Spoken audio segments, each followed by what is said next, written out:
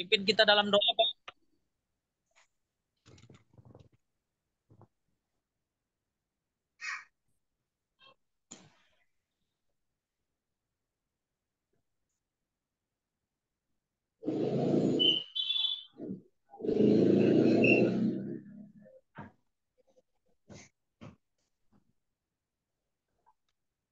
Pak Ramses.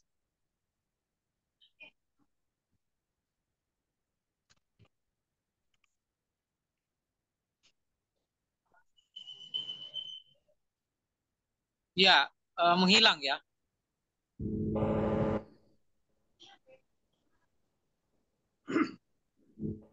Pak Roki, pimpin dalam doa, Pak. Pak Roki Samosir, silakan.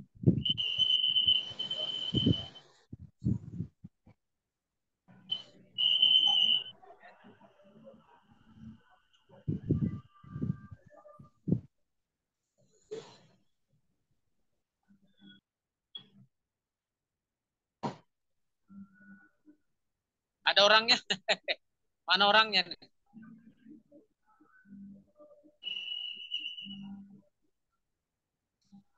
Pak Ramses bisa? Halo, selamat siang, Rajun dan seluruh rekan-rekan. Saya sudah siap. Selamat. Lagi di pom bensin sel, lagi hujan. Oke, Bu Yuli aja ya. Nah, tolong Bu Yuli. Baik, Pak. Kita berdoa. Terima kasih Tuhan, pada sore hari ini kami sangat bersyukur atas kasih dan penyertaan Tuhan dalam kehidupan kami. Dari pagi hingga sampai saat ini kami boleh ada sebagaimana adanya, semua karena anugerah dan penyertaan Tuhan di dalam kehidupan kami. Pada sore hari ini Tuhan, kami bersyukur atas waktu yang telah Tuhan anugerahkan bagi kami. Kami boleh bertemu via Zoom seluruh dosen STT Hagiasmos Mission Jakarta, mulai dari ketua, kaprodi, dan seluruh para dosen. Hanya Tuhan yang memberkati pertemuan kami pada sore hari ini. Kiranya Roh Kudus-Mu yang mengajarkan kami, sehingga pertemuan pada sore hari ini boleh bermanfaat bagi kami semua Tuhan, dan boleh kami implementasikan bagi para pembimbing kami ke depan. Terpujilah Engkau Tuhan, inilah kehidupan kami sepenuhnya kami pertaruhkan ke dalam tangan Tuhan. Hanya di dalam nama Tuhan Yesus kami berdoa. Amin. Amin. Terima kasih Ibu Yuli. Sama Pak. Ya salam Ibu. Kami minta saudara untuk menampilkan PowerPoint ya. Baik, Pak.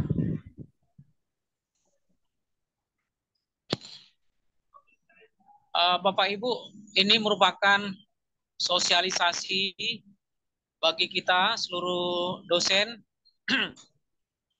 dalam menyikapi, besarin lagi Kak, dalam menyikapi kurikulum Merdeka dan khususnya undang-undang dari Kemendikbud ya, Pak Nadiem yang sudah memberikan solusi alternatif bagi pengganti skripsi. Nah, saudara-saudara, kita ketahui bersama bahwa skripsi ini sangat menguras tenaga, dan bagi yang di daerah tentunya akan sangat terhalang untuk mendapatkan sumber-sumber buku. Dan kita ketahui bersama pasca pandemi COVID, banyak mahasiswa yang tersebar di berbagai daerah, ya, berbagai daerah yang notabene perkuliahan dilakukan secara daring, ya, Zoom. Nah, oleh sebab itu maka mereka mengalami kendala, ya, kendalanya adalah ya karena mereka di pedesaan pelosok, maka buku tidak ada, untuk ke kota pun jauh. ya. Akhirnya ya mau tidak mau banyak sekali yang menghalalkan cara kopas internet, ya, bahan-bahan kopas internet. Dan bimbingan juga via online itu mereka sulit sekali memahaminya karena skripsi itu sangat teoritis sekali, ya. Belum lagi menggunakan SPSS, kita ketahui bersama bahwa STT HAMI banyak menggunakan perangkat SPSS. Nah, dengan adanya undang-undang yang terbaru dari Pak Nadiem, tentunya semua perguruan tinggi STT juga harus beradaptasi, ya, beradaptasi menyesuaikan diri. Termasuk kita ST HAMI juga tentunya beradaptasi menyesuaikan diri untuk mengkontekstualkan sesuai dengan undang-undang yang ada. Nah, oleh sebab itu bagi kita ini sebenarnya bukan menjadi penghambat, tetapi angin segar, ya, bagi kita untuk meresponi undang-undang yang diberikan oleh Pak Menteri sebagai pengganti dari skripsi atau tugas akhir. Oke, silakan Kak, ke bawah lagi. Ada gambarnya.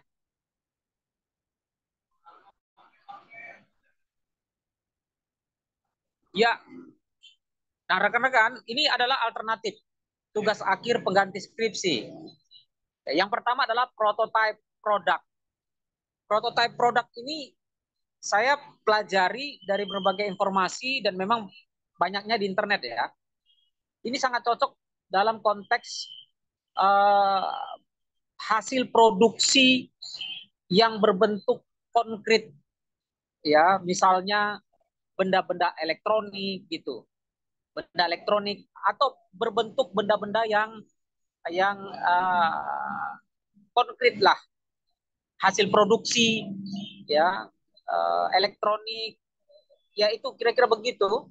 Jadi ini prototype produk ini bisa juga sebenarnya bisa juga dihasilkan oleh dari dunia STT, tapi ini tidak banyak, ya, tidak banyak. Contohnya sebenarnya bisa prototype produk itu misalnya bahan ajar sekolah minggu, ya, bahan ajar sekolah minggu yang canggih, ya, itu bisa bersifat audiovisual, bersifat contohnya kayak Superbook. Superbook itu kan dia merupakan hasil temuan Bapak Ibu, ya, hasil temuan yang dikonversikan ke dalam video audiovisual. Dan sebelum jadi Superbook maka ada rancangannya, kan, rancangan itulah yang disebut dengan prototype product.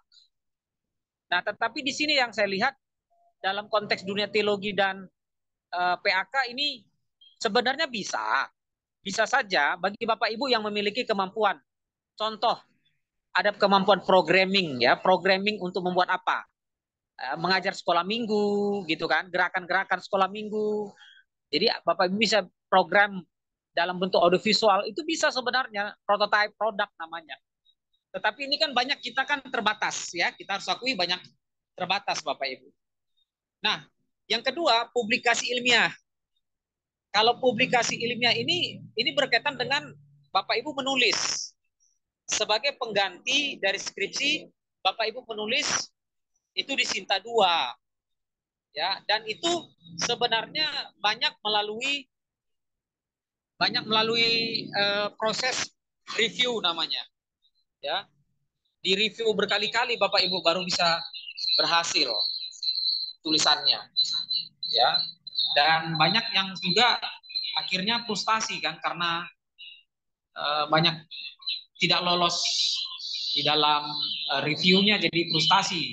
Tapi ini juga sebenarnya bisa menjadi pengganti skripsi, ya. Berikutnya portofolio. Nah, ini portofolio ini berupa hasil esai tulisan dari Bapak Ibu.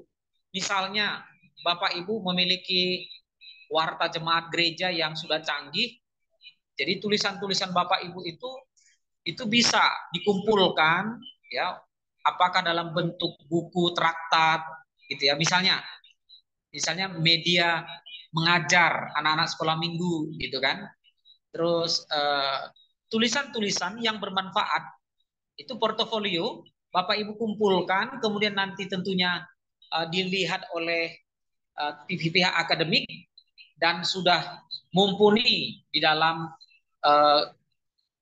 keahliannya di dalam sarjana, maka dianggap boleh, tidak perlu menulis skripsi, gitu ya. Nah, berikutnya adalah proyek kolaboratif, ya. Proyek kolaboratif ini, ya, jadi mahasiswa itu bekerja dalam tim. Nah, ini yang saya perhatikan sangat cocok, saudara. Proyek kolaboratif di mana tim mahasiswa itu menjadi bagian dari tim. Nah, saya berpikir bahwa kelas eksekutif itu kan rata-rata mereka kan sudah ikut dalam tim penggembalaan dan mereka juga banyak menjadi gembala perintis gitu. Nah, karena mereka itu adalah gembala dan perintis, maka mereka sebenarnya ini sudah sangat pas dalam proyek kolaboratif namanya. Ya, bukan hanya kolaboratif, bahkan mereka founder. Ya, perintis gereja itu kan founder. Nah, tetapi bagi full timer gitu ya, full timer, maka kan dia masih dalam tahapan tim kolaboratif. Nah, ini yang kita ambil Bapak Ibu. Ya, proyek kolaboratif. Bisa dibesarkan lagi Kak Pika, saya matanya agak sekarang udah dibesarkan lagi Kak.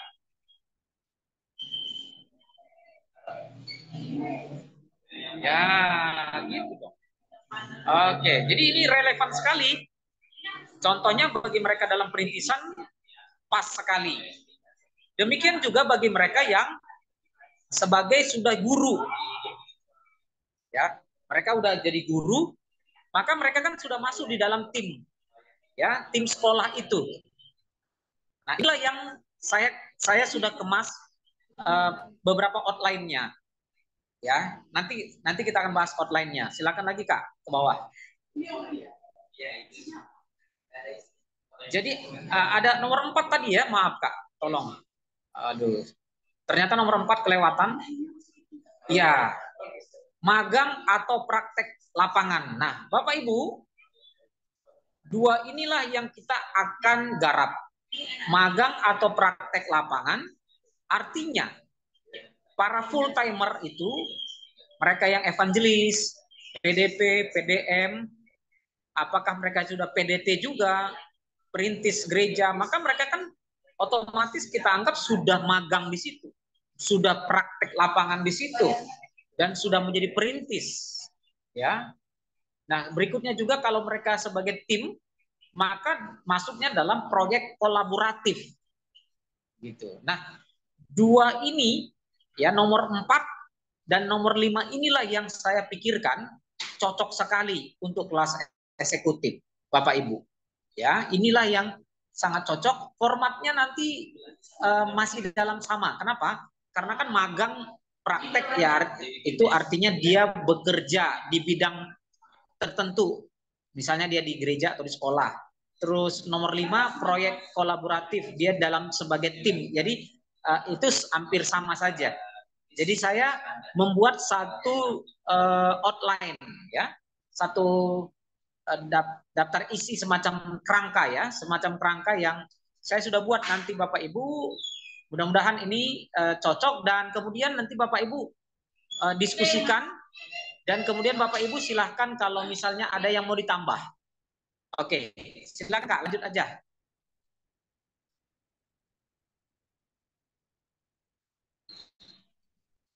Ya, ini dia format magang, praktek lapangan, dan kolaboratif.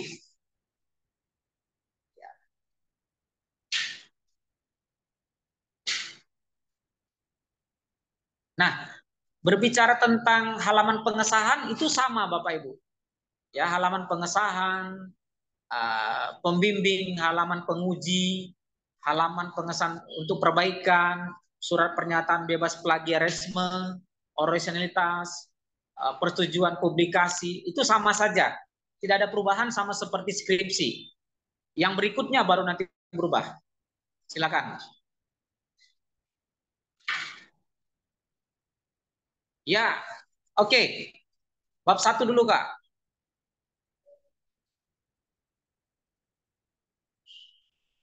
Ya, bab 1 sama, yaitu latar belakang masalahnya apa.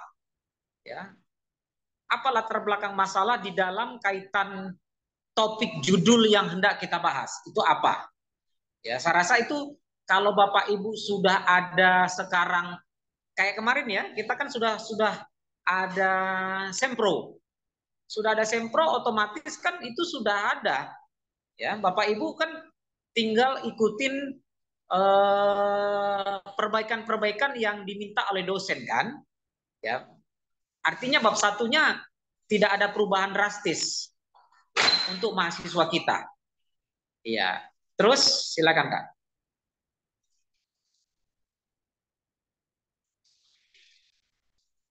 Oke, di bab 2 itu adalah informasi dan observasi awal.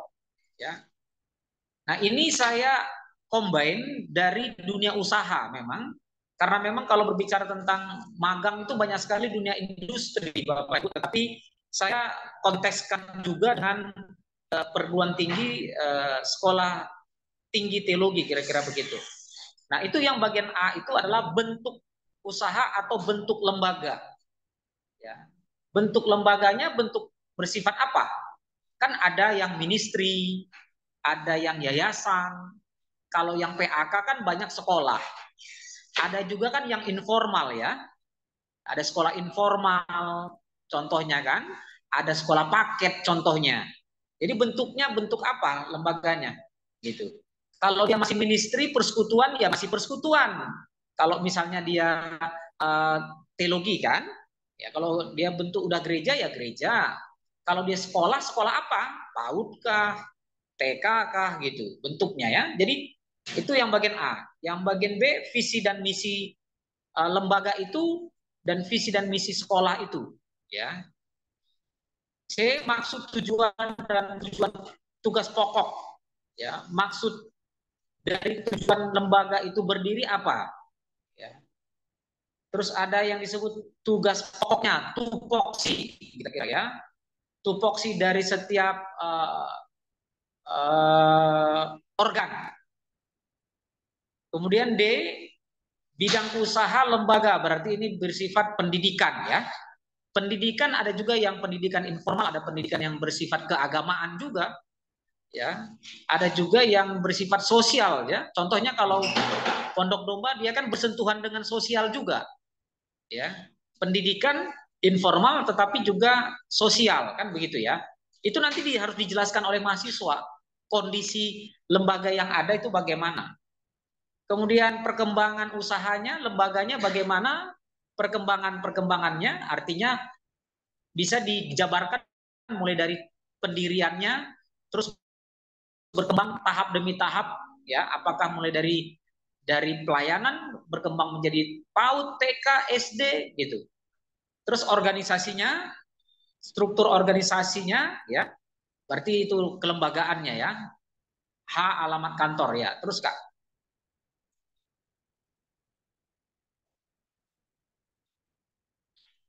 Nah, bagian 3 ini laporan pelayanan magang ya atau tadi juga bisa disebut praktek lapangan ya. Dan Pak Ibu jangan berpikir ini adalah magang PKL yang 1 tahun ya, tidak. Ini bukan laporan magang praktek 1 tahun, bukan. Ini adalah praktek lapangan yang berkaitan dengan tugas akhir di mana mahasiswa itu memang terlibat di dalam ya di dalam secara aktif ya secara aktif dan bukan karena diutus oleh sekolah kita bukan tetapi memang mereka dia ikut di dalam apakah pendirian gitu dan kemudian misalnya dia kalau guru ya berarti dia sudah mengabdi sebagai guru di sana ya. Jadi laporan pelaksanaan magang jangan berpikir ini adalah sebagai laporan praktek PKL yang 1 tahun, bukan. Yang bagian A pengenalan lingkungan kerja berarti lingkungan kerja harus dijabarkan oleh mahasiswa seluas-luasnya lingkungan kerjanya. Kemudian kegiatan selama magang, apa saja kegiatan-kegiatannya. Artinya, apakah ada juga job desk-nya di dalamnya? Job desk-nya di dalam, atau peran aktifnya apa? Atau juga bisa dimasukkan kegiatan harian sebagai apa? Ya, apakah ada pengangkatan? Ya, karena kan berkaitan dengan kegiatan selama magang, berarti apakah dia di sana ada pengangkatannya? Apakah jadi evangelis? Apakah jadi koordinator komsel gitu kan? Tentu kan itu harus disertai dengan bukti SK, ya, SK dan ada job deskripsi. Berikutnya juga ini nanti harus disertai dengan foto-foto, ya. Maka harus banyak foto selama kegiatan, selama dia praktek lapangan itu, berarti harus dibuktikan, ya, foto-foto dia selama pelayanan. Artinya dipilih foto-foto yang penting lah istilahnya, ya. Ya, misalnya dia diangkat SK-nya tahun berapa? 2021 gitu kan? Berarti 2021 sampai tahun 2000 berapa yang akan bisa dimasukkan gitulah kira-kira, ya, 2023 kah gitu, ya. Dipilih aja kegiatan-kegiatan yang penting. Kemudian masalah yang ditemui pada unit kerja. Nah, tantangan-tantangan apa saja yang ditemui di dalam dunia lapangan? Kalau dia di sekolah, tantangan di sekolah. Kalau dia di gereja, tantangan di gereja. Di ministry, yayasan, apa tantangan-tantangannya? Itu dijabarkan, ya. Kemudian bab 4-nya adalah analisa permasalahan dan pengembangan, ya. Nah, ini yang paling penting, ya, karena ini intinya di sini justru. Yang A adalah evaluasi capaian kinerja. Berarti bagaimana pelaksanaan dia berada di sana, bagaimana pelaksanaan praktek yang dia lakukan, ya. Mekanismenya bagaimana, dan pihak-pihak yang terlibat bagaimana, ya. Maka dia uraikan di situ, ya. Kalau dia sebagai koordinator sekolah minggu, contoh, ya, koordinator sekolah minggu, maka bagaimana dia melaksanakan tugasnya sebagai koordinator sekolah minggu selama berapa tahun dia diangkat, gitu, ya. Atau misalnya tahun 2022, 2023, ya. Maka dia jelaskan situ bagaimana mekanismenya, bagaimana pihak-pihak yang terlibat dalam pelaksanaan tugasnya itu. Yang B, hasil evaluasi capaian kinerja. Tolong diturunkan.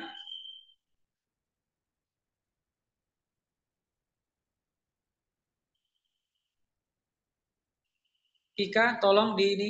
B, hasil evaluasi capaian kinerja.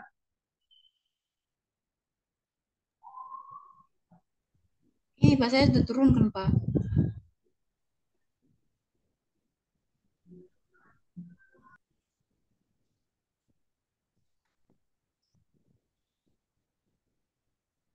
Apakah sudah kelihatan, Pak? Ya, turunkan lagi maksudnya, Kak.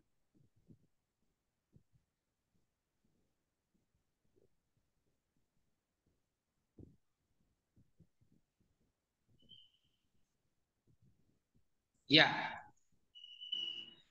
Keberhasilan, ya, artinya keberhasilan apa saja yang sudah menjadi sumbangsih dari mahasiswa di sana. Ya, kalau misalnya dia sebagai koordinator pemuda, maka kan ada sumbangsihnya, keberhasilannya apa? Misalnya aspek yang dievaluasi. Kalau dia dalam konteks koordinator pemuda, misalnya kuantitas, jumlah pemuda setiap ibadah, contoh, ya, aspek dalam kuantitas.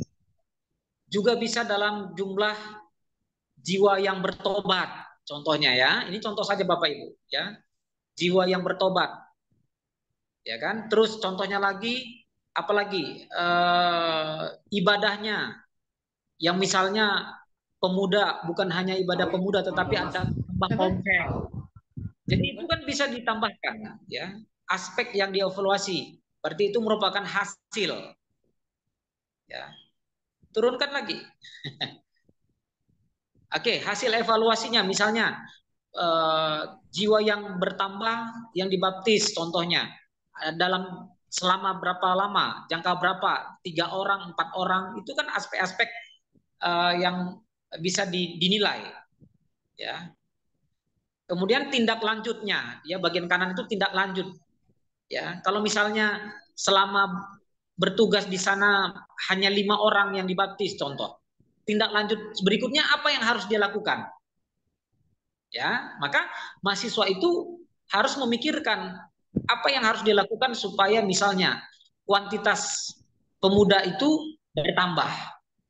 Ya, kalau misalnya dalam konteks sekolah misalnya, selama dia mengajar di sekolah, siswanya hanya 5 orang. Ya kan contoh ya.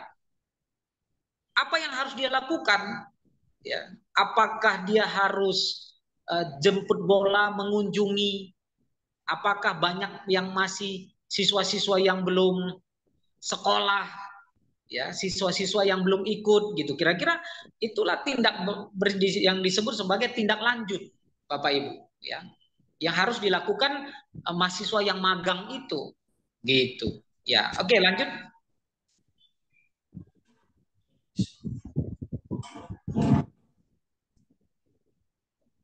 Oke, nah bagian C-nya adalah permasalahan dan pemecahan praktis. Di dalam pengembangan pelayanan yang dipikul mahasiswa itu, apa permasalahan yang dihadapinya?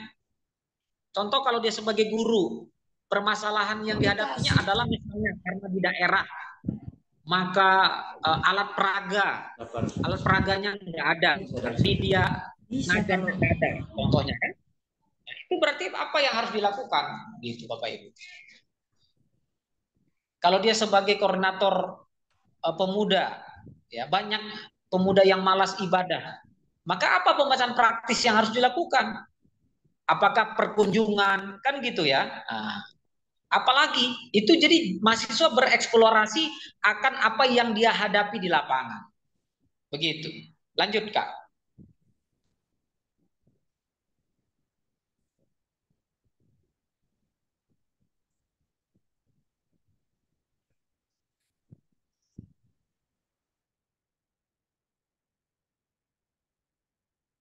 Lanjut.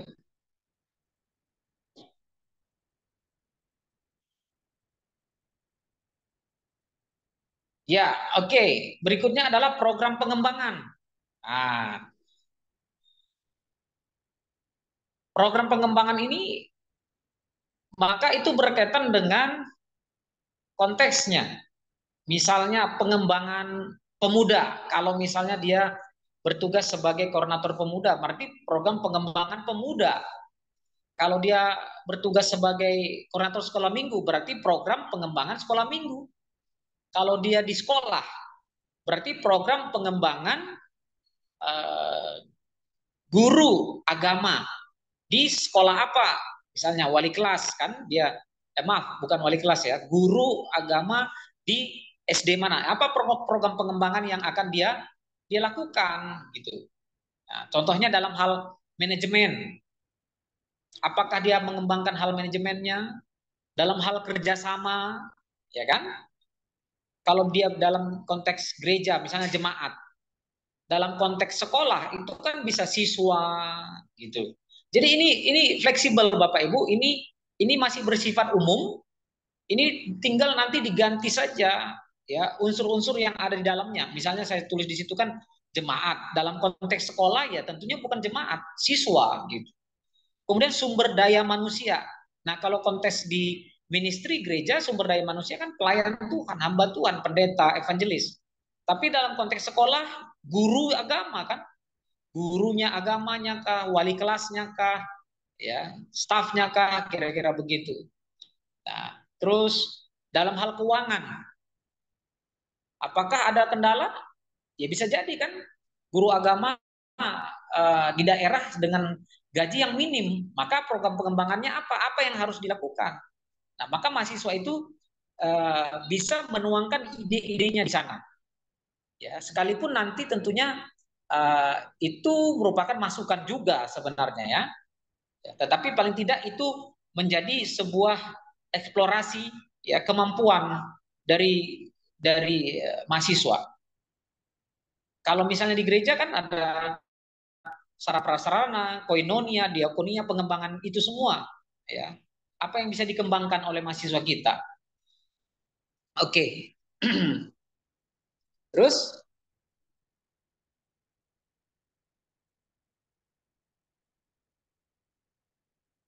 bab 5 ya, lanjutnya Kak ya. Pak, sudah bab 5, Pak. Ya. Ya, bab 5 sama, itu adalah kesimpulan dan saran ya.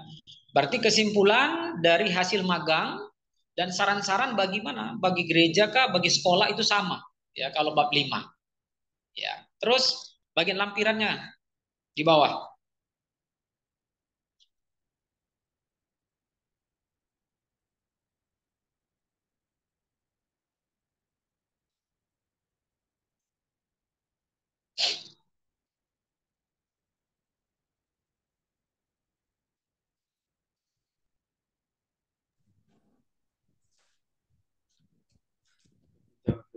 Sudah kelihatan, Kak, Pak? Enggak, belum. Karena berat laptopnya. Iya, Pak, remote. Lola. Aku belum dijamin kali, Ustaz.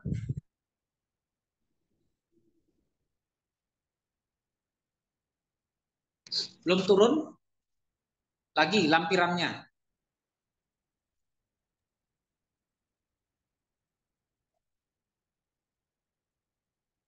Oke, ya itu daftar lampirannya. Lampiran pertama adanya surat tugas pembimbing tugas akhir ya. Surat tugas pembimbing tugas akhir ya itu berarti dari kampus nanti akan diberikan ya. Kemudian surat keterangan magang itu berarti dari tempat institusi ya. Kalau dia guru berarti magang di sekolah. Kalau dia hamba Tuhan berarti dia magang di gereja, ministry, yayasan gitu. Harus ada surat keterangan bahwa dia sudah melaksanakan magang itu. Berikutnya adalah lembar penilaian magang. Nah, ini nanti akan kita berikan juga dari kampus. Kemudian lembar bukti bimbingan tugas akhir. Nah, ini berarti ditandatangani oleh dosen. Nanti kampus akan buat bimbingan tugas akhir seperti biasa ya. Kan ada tanda tangan dosen telah membimbing mahasiswa tersebut.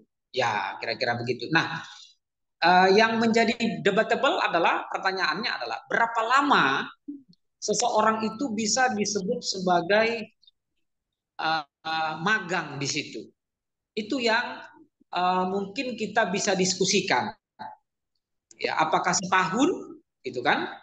Baru dia bisa disebut magang ataukah 2 tahun gitu kan? Nah, kalau kita ikutin perkembangan kelas eksekutif kan sebenarnya mereka di situ kan ada yang merintis gitu kan, merintis dari awal. Kalau dia jadi guru kan dia mengajar di situ apakah setahun, 2 tahun, 3 tahun gitu.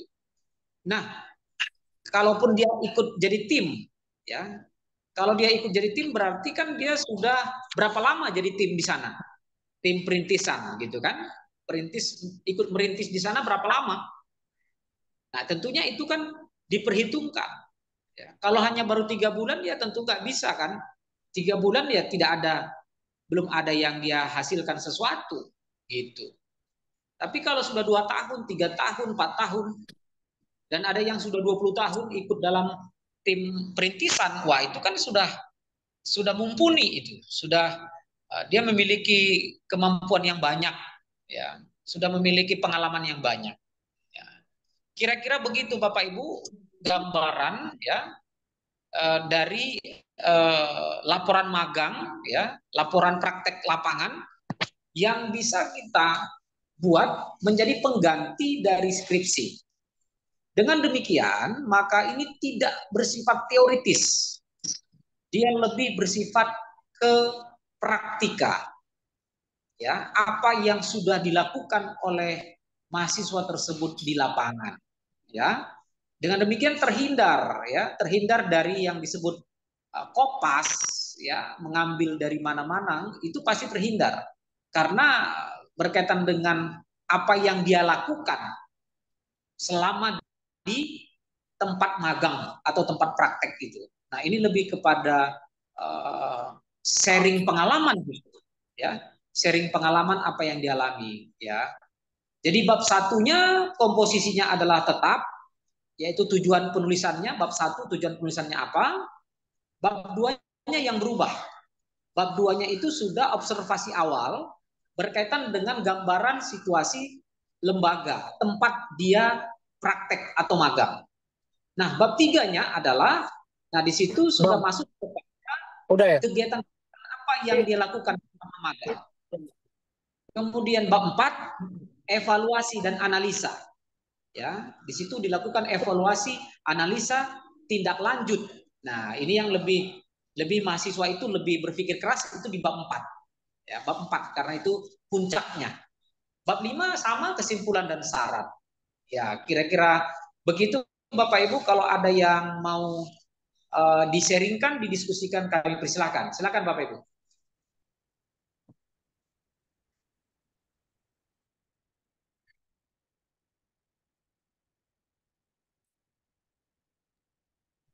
Iya Pak, dari saya, halo, berarti untuk area penelitiannya itu di mana dia praktek gitu. Karena kan yang kemarin itu ada yang dia ngajar di sekolah A, tetapi penelitian di sekolah B. Gitu. Berarti kalau ngikut ini dia harus benar-benar di mana dia ngajar kalau dia seorang guru. Seperti itu.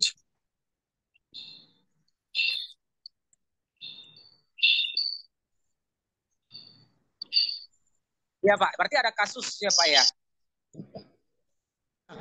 Ada beberapa mahasiswa kita kalau yang di Bengkulu itu kan mereka ngajar di sekolah A tetapi penelitiannya di sekolah B gitu. Nah, artinya berarti dibalikin ke sekolah di mana dia ngajar gitu. Kemudian atau pelayanan juga di pelayanan A, penelitiannya di pelayanan B gitu. Seperti itu. Yang terjadi selama ini. Yang terjadi di judul-judul yang mahasiswa kita itu. Iya. Berarti mau tidak mau harus dikondisikan Pak di tempat di mana dia mengabdi Pak. Iya. Oke Pak. Iya. Karena selama dia mengabdi, selama dia praktek atau magang itulah, disitulah yang akan dinilai. Artinya kembali kepada tempat dia mengabdi. Karena disitulah eksplorasinya berada di sana. Demikian Pak.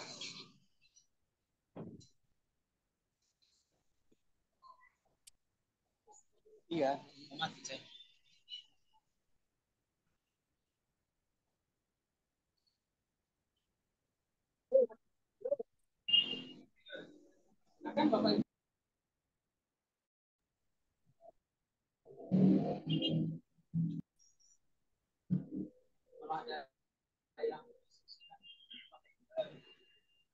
Jadi teman-teman kita kemarin yang eksekutif sudah menulis.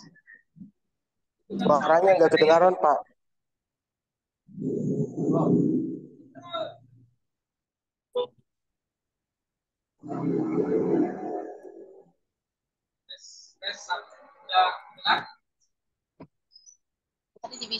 Belum kedengaran. Agak bersih Pak.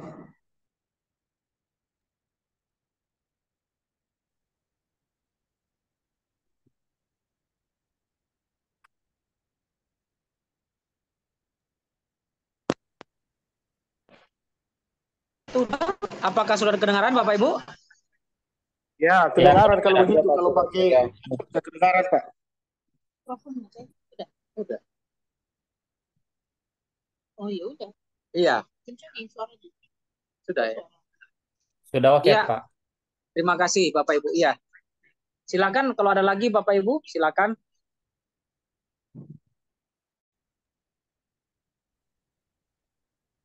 Jadi memang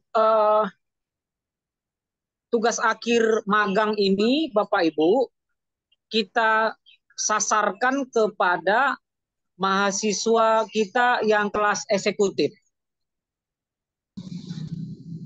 Sementara kelas yang reguler, maka mereka masih menulis skripsi, Bapak Ibu.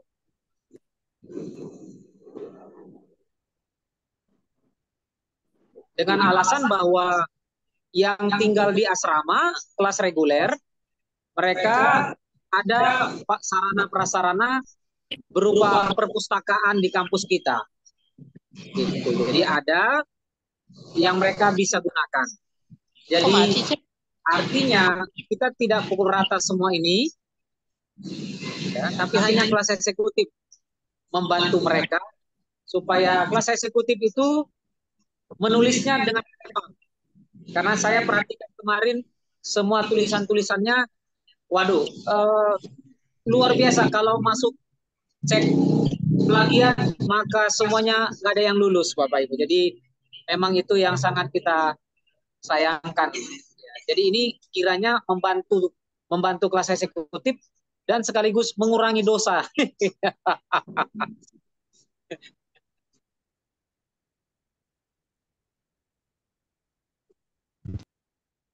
Silakan Bapak Ibu kalau ada yang mau disaringkan. Waket 1, waket 3, Pak Kaprodi, dosen-dosen, rekan dosen, silakan. Pak Ketua mau tanya, Pak Ketua. Ya, Pak Waket, silakan Pak.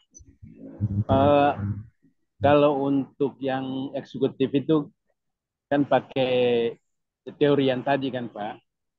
Nah, apakah Ya. dia punya komposisinya sama dengan yang pakai yang dengan skripsi? Artinya dia bisa melanjutkan ke S2, S3 begitu Pak?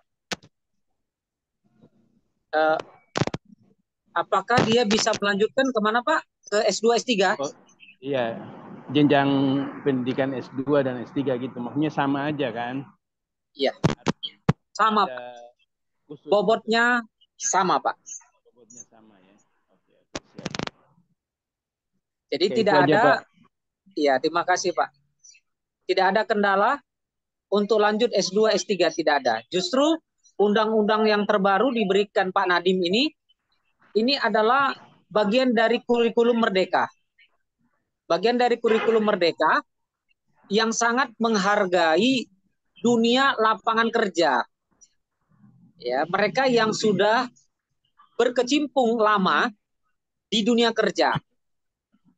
Maka dari situlah digali hasil tugas laporan akhir mereka. Bukan lagi bersifat teoritis. Kira-kira begitu, teman-teman. Jadi bobotnya sama. Terima kasih, Pak. Oke, baik. Terima kasih Pak Ketua atas penjelasannya. Saya kira menurut saya pribadi tadi Pak Ketua juga sudah memberikan penekanan bahwa ini hanya berlaku untuk mahasiswa eksekutif. Jadi kalau mahasiswa reguler tetap menyusun skripsi. Nah, mungkin menurut saya begini Pak, kalaupun begitu kita berikan kebebasan kepada mahasiswa eksekutif, ya. Kebebasan yang saya maksud adalah kalaupun ada di antara mereka yang tetap mau menyusun skripsi diperbolehkan. Itu usul dari saya. Jadi kalau ada di antara mereka tetap mau susun skripsi, ayo silakan. Kemudian kalaupun ada di antara mereka juga yang punya tulisan yang bagus dan bisa tembus Sinta 2, apalagi Sinta 1, ayo itu juga sudah salah satu syarat kalau memang memungkinkan, ya. Jadi dipersilakan, berikan kebebasan aja. Terus yang ketiga ya ini pilihan ketiga, ya kalau mereka mau ya kita arahkan ke sini dengan catatan kepentingan bahwa untuk menghindari hal-hal yang tidak diinginkan seperti copy paste. Jadi dengan metode yang seperti ini itu menghindarkan mahasiswi untuk tidak copy paste gitu. Jadi betul-betul apa yang mereka alami, betul-betul apa yang mereka kerjakan, itu yang mereka laporkan dalam mereka. Jadi saya kira itu baik. Jadi kita berikan kebebasan ke mereka. Bagi yang mau susun skripsi, silakan tetap lanjutkan skripsi. Kemudian yang kedua, yang mau memilih, siapa tahu punya catatan, sudah punya tulisan yang bagus, lalu sudah diupload ke salah satu Sinta, misalnya jurnal, dan tinggal review misalnya, ya udah silakan, tinggal nanti kasih apa namanya linknya, udah bahwa itu sudah teradekasi dan sudah diterima DOA-nya kalau nggak salah atau apa itu Pak. Jadi itu juga bisa memungkinkan. Mungkin kita kasih batasan. Kalau tadi Bapak sampaikan menurut undang-undang itu adalah minimal Sinta 2. Ya mungkin kalau kalangan kita apakah bisa diturunkan ke Sinta 3 atau memang kita tetap di Sinta 2 ya boleh-boleh aja. Jadi tinggal kesepakatan lagi itu. Ya mau di Sinta berapa misalnya kalau melalui tugas akhir mereka yaitu jurnal misalnya. Mau di Sinta 3 atau Sinta 4 atau memang kita tetap mengikuti aturan itu tetap Sinta 2 ke atas, ya itu tergantung lagi kesepakatan. Terus yang berikutnya tadi pertanyaan Pak Ketua yang perlu didiskusikan adalah mengenai waktu, kapan, gitu ya, berapa tahun yang mereka kita ambil. Saya kira rata-rata lah mahasiswa kita eksekutif itu adalah sudah berkecimpung dalam dunia pelayanan dan sudah lama. Ya, saya kira mungkin minimal kita kasih batas waktu yang paling bawah adalah 2 tahun kali ya Pak ya. Atau terlalu menyusahkan. Ya, tergantung nanti kesepakatan rekan-rekan juga Bapak Ibu. Ya minimal 2 tahun. Jadi mereka sudah pelayanan di situ minimal 2 tahun. Jadi itu bisa dijadikan objek tempat apa namanya mereka membuat laporan tugas akhir mereka. Saya kira demikian Pak. Terima kasih. Ya, terima kasih Pak Waket. Jadi usul yang baik, ya, usul yang baik bahwa nanti akan di-share-kan kepada mahasiswa eksekutif untuk dapat memilih apakah memilih untuk menulis Scopus tadi ya, menulis di Sinta 2 misalnya, apakah portofolio, kemudian apakah magang dan praktek lapangan. Jadi ada 3 pilihan lain yang bisa diberikan opsi kepada kelas eksekutif. Itu yang pertama. Berarti segera Kapak, Kaprodi dan panitia harus segera nanti kalau misalnya ini sudah oke, segera dikumpulkan mahasiswa, khususnya eksekutif dikumpulkan. Tentunya nanti ini saya bersama panitia, saya Waket, Kaprodi dan panitia, kami akan sosialisasi lagi. Sekali lagi, ini kan sosialisasi untuk para dosen, maka saya beserta Waket, beserta Kaprodi dan panitia akan sosialisasi kepada mahasiswa eksekutif. Kami akan sosialisasikan dan mungkin itu sekaligus nanti Pak ada ketua panitia kita Pak Sianturi, Pak Ramses yang nanti langsung dari situ kan langsung ketahuan ketertarikannya. Wah, saya Pak tertarik di sini kan gitu. Berarti langsung kita plot dan kemudian kita akan seleksi sesuai dengan apa yang mereka pilih. Apakah cocok, mumpuni, memenuhi kriteria yang 3 tadi. Ya, itu yang tadi Pak Waket 1 katakan. Yang kedua, magangnya berapa lama gitu kan? Kalau PKL kita kan setahun itu di lapangan. Jadi kalau 2 tahun mungkin lebih terasa ya. Boleh juga Pak. Karena kalau dosen kan 2 tahun baru mengajar baru bisa dapat NIDN. Ini hanya sebagai contoh. Boleh juga 2 tahun boleh. Baik, silakan Bapak Ibu yang lain, silakan. Oke, terima kasih Pak Jun. Tadi seperti apa yang dikatakan oleh Pak Feni terkait untuk mahasiswa kita yang eksekutif, bagus juga sih.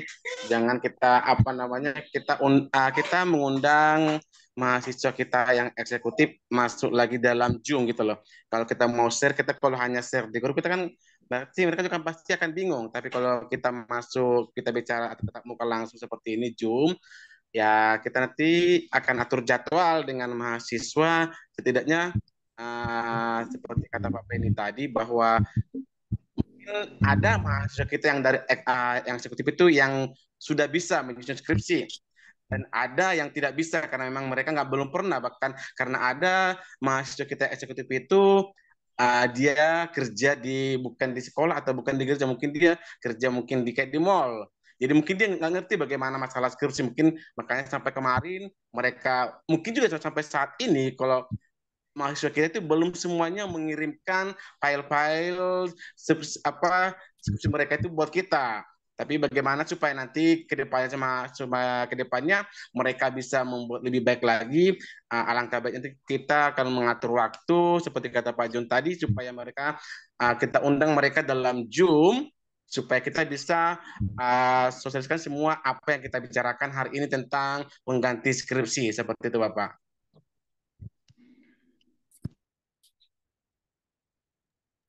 Ya, terima kasih Pak Panitia. Ya, betul. Kita akan adakan pertemuan dengan mereka nanti, Pak. Baik, silakan Bapak Ibu yang lain ada masukan dan diskusi, silakan Bapak Ibu.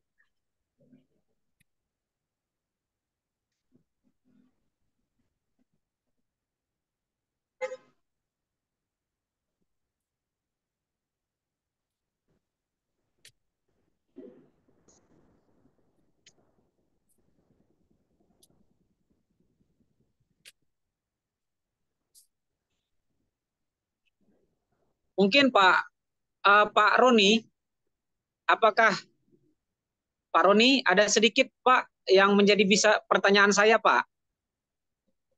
Begini Pak, itu kan teman-teman kita kan sebagian kan banyak merintis tuh Pak, banyak dalam perintisan. Dan memang yang merintis awal kan teman-teman kita Pak. Nah, sementara di lampiran itu kan nanti ada SK Pak. SK kalau SK pengangkatan sebagai pendeta kan dari MD ya Pak ya, kalau nggak salah, kalau SK pengangkatan. Tapi kalau Iya. misalnya SK dia sudah magang Pak, ini kira-kira ada nggak Pak solusinya Pak? SK dia sudah magang dan dia merintis dari situ. Kira-kira apakah dari MD atau kira-kira ada solusi Pak Roni? Terima kasih Pak. Oh iya. Ya, biasanya kalau SK perintisan itu dari sinode ya, sinode. Itu bentuknya surat tugas bukan SK. Karena SK itu udah ketika dia ditetapkan sebagai gembala. Jadi surat tugas. Nah, kemudian kalau yang magang ya, yang praktek itu biasa dari gembala, yang gembala bersangkutan. Contohnya dia praktek gereja A, gitu. Sekian tahun dia di sana, nah yang keluarkan surat itu gembalanya. Tapi kalau dia perintis itu udah konteksnya dari bawah sinode. Jadi MD yang keluarkan untuk di daerah. Gitu. Kemudian kalau ya seperti itulah. Dia apa tenaga praktek atau perintis gitu. Perintis kalau di kita itu sudah hampir mirip dengan gembala, tetapi masih di bawah pembinaan gitu. SK-nya sama dari majelis daerah juga. Seperti itu, Pak. Ya, terima kasih Pak. Karena ini sangat penting nanti bagi teman-teman kita yang ada di daerah yang dunia perintisan, karena mereka pasti akan memerlukan surat itu ya Pak, sebagai tanda mereka sudah melaksanakan tugas akhir itu Pak. Ya, kalau dari sekolah kan ya pastinya dari kepala sekolah, kira-kira begitu ya. Oke, baik, terima kasih Pak. Baik, Bapak Ibu ada yang lain kira-kira? Silakan Bapak Ibu.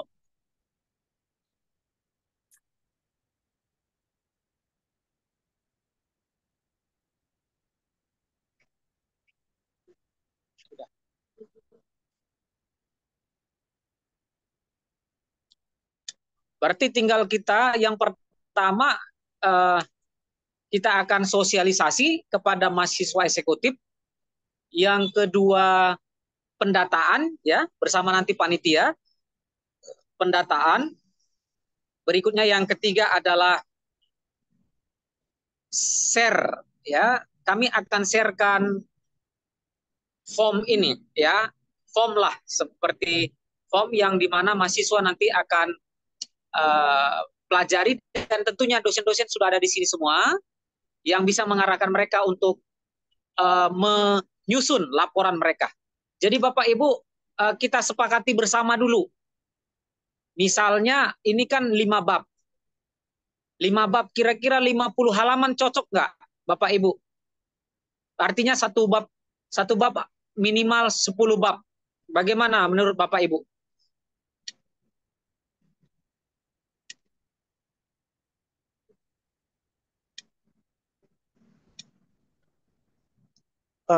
Mungkin lebih baiknya Pak kalau boleh minimal 60 aja Pak. Karena itu 60. standar lah paling 60 Pak. Jadi 20 lembar per bab lah ibaratnya. Walaupun lebih-lebih, ada yang lebih ada yang kurang, tapi minimal 60 lah Pak. Ya. Kalau 50 nanti takutnya terlalu tipis Pak. Terlalu tipis. Berarti 60. Iya, karena 60 lampirannya juga halaman ya sedikit. Pak ya? Iya, minimal 60 halaman Pak. Baik Pak, baik. Ya, tolong Kak Pika dicatat ya Kak ya.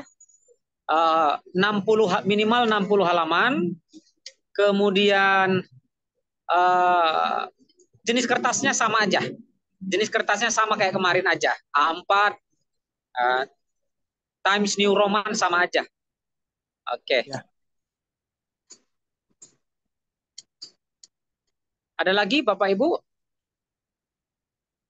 Silakan lagi yang penting untuk kita nanti waktu membimbing mahasiswa kita, Bapak Ibu. Iya, Ketua.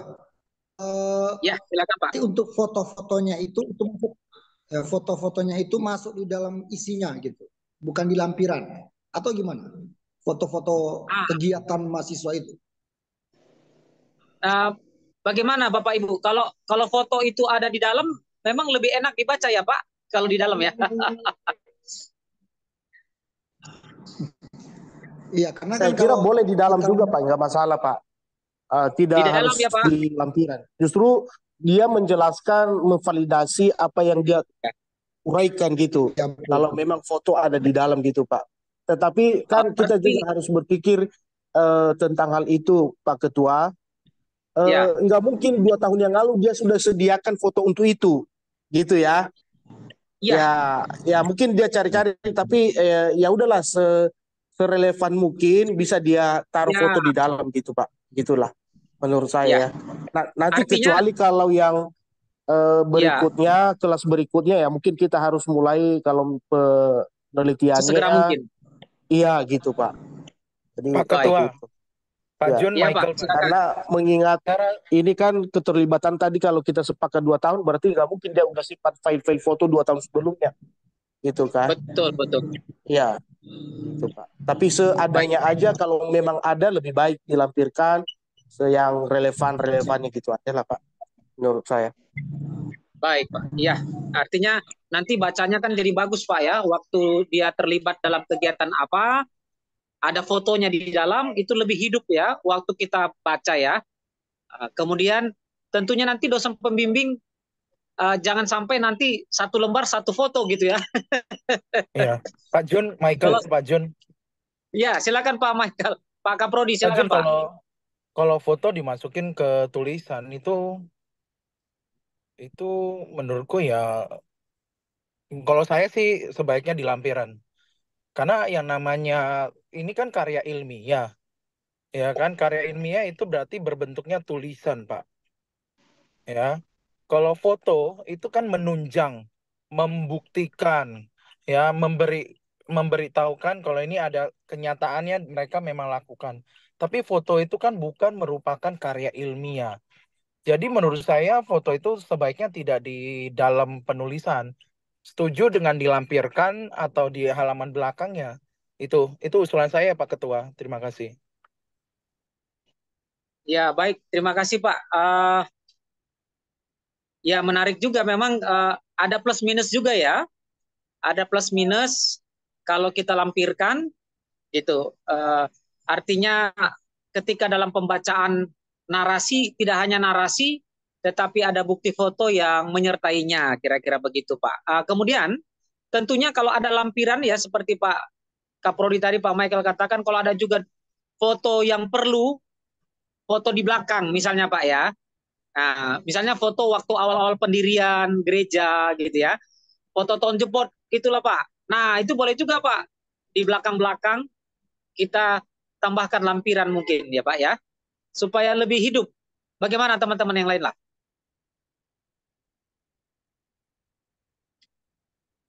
Jadi waktu dosen pembimbing nanti baca, nggak ngantuk.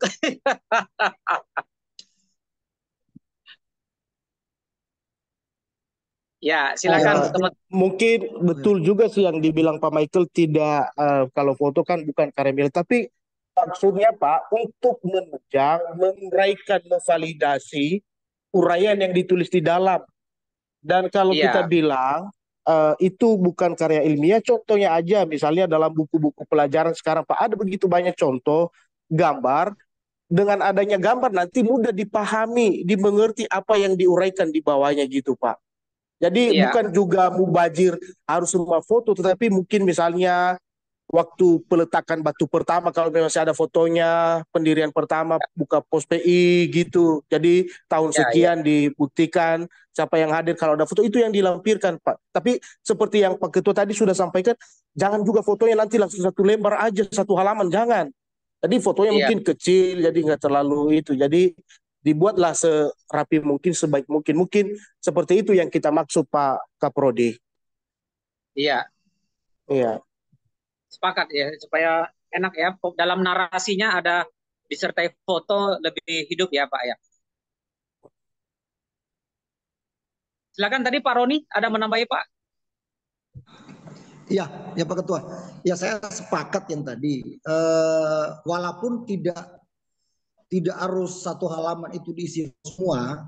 Jadi kalau foto itu artinya yang langsung gitu. Jadi kita membahas tentang laporan kerja, kegiatan. Nah, kegiatannya kan dibuktikan dengan foto yang ada. Kalau memang ada fotonya, Ya, karena memundur ke belakang nggak mungkin. Tapi kan sama lah, mungkin dalam buku-buku yang ada itu kan ada, tinggal mungkin di belakang itu dikasih keterangan ini foto waktu apa, foto gitu. Nah, kalau yang foto-foto kayak dibilang tadi, ya foto-foto terkait tapi tidak berkaitan langsung dengan yang dibahas, mungkin itu yang bisa di lampiran gitu. Contohnya awal masuk di sana, atau awal kalau dia ngajar awalnya masuk di sekolah itu, atau foto sekolahnya, atau foto gerejanya, atau apa ya, itu kan tidak berkaitan langsung. Tetapi yang berkaitan dengan aktivitasnya kan, kegiatan-kegiatannya mungkin itu perlu dalam isinya. Seperti itu Pak kalau saya. benar. Terima kasih Pak. Ada lagi teman-teman silakan. Ini semakin menyempurnakan format kita nanti ya. Tentunya format ini nanti kita semakin sempurnakan, semakin bagus karena kita pakai ini sebelum sebelum dicabut ya. Artinya sebelum ini pernah dicabut, artinya ini bisa dipakai ya format ini. Silakan kalau ada, kalau tidak berarti puji Tuhan.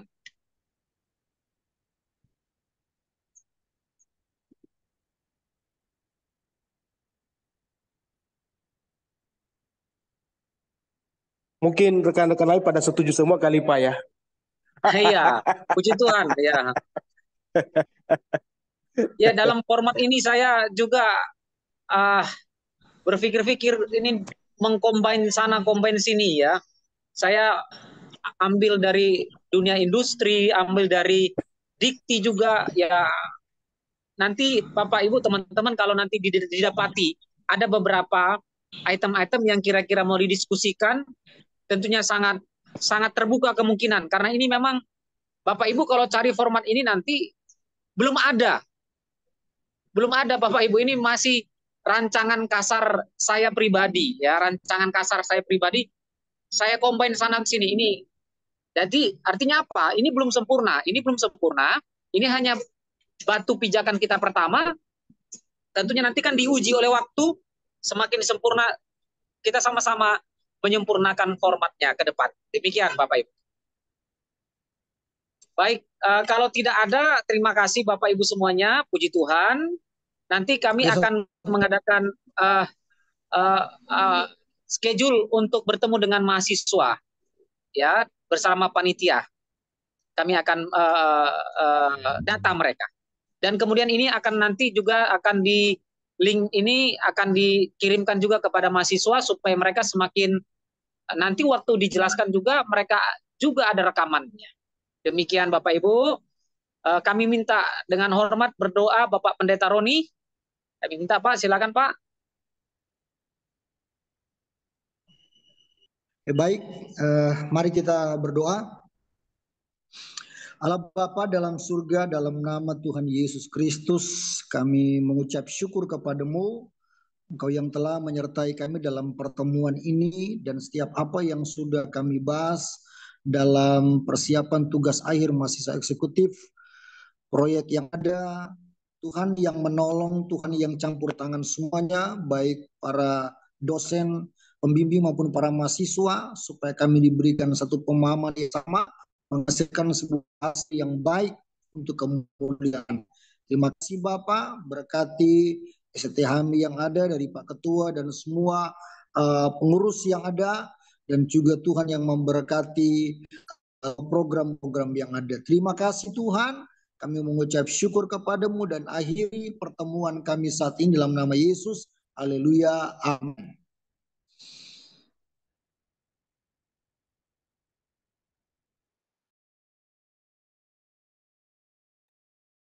Oke. Salam semuanya Bapak Ibu, terima kasih. Shalom Pak, terima kasih ya. Shalom. Ya, terima kasih Pak Pendeta Roni. Semuanya. Terima kasih juga Shalom. Bapak Ibu tolong semuanya buka Zoom dulu karena kita mau foto bersama, karena ini nanti menjadi bagian dari akreditasi kita juga. Ya. Bagian dari laporan akreditasi bahwa kita mengadakan perkembangan tugas akhir Bapak Ibu. Ya, ya. Ya, Bapak Ibu semuanya ya. Silakan.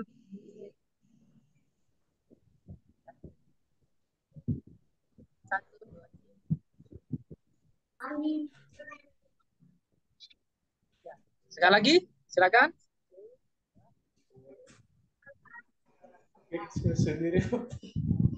Oke. Ya, terima kasih Bapak Ibu semuanya atas waktunya. Secepatnya kita akan kirimkan formatnya Bapak Ibu. Oke, Pak. Tuhan berkati. Tunggu, Pak. Selamat bekerja, selamat melayani. Shalom, Tuhan berkati. Shalom. Halo Pak.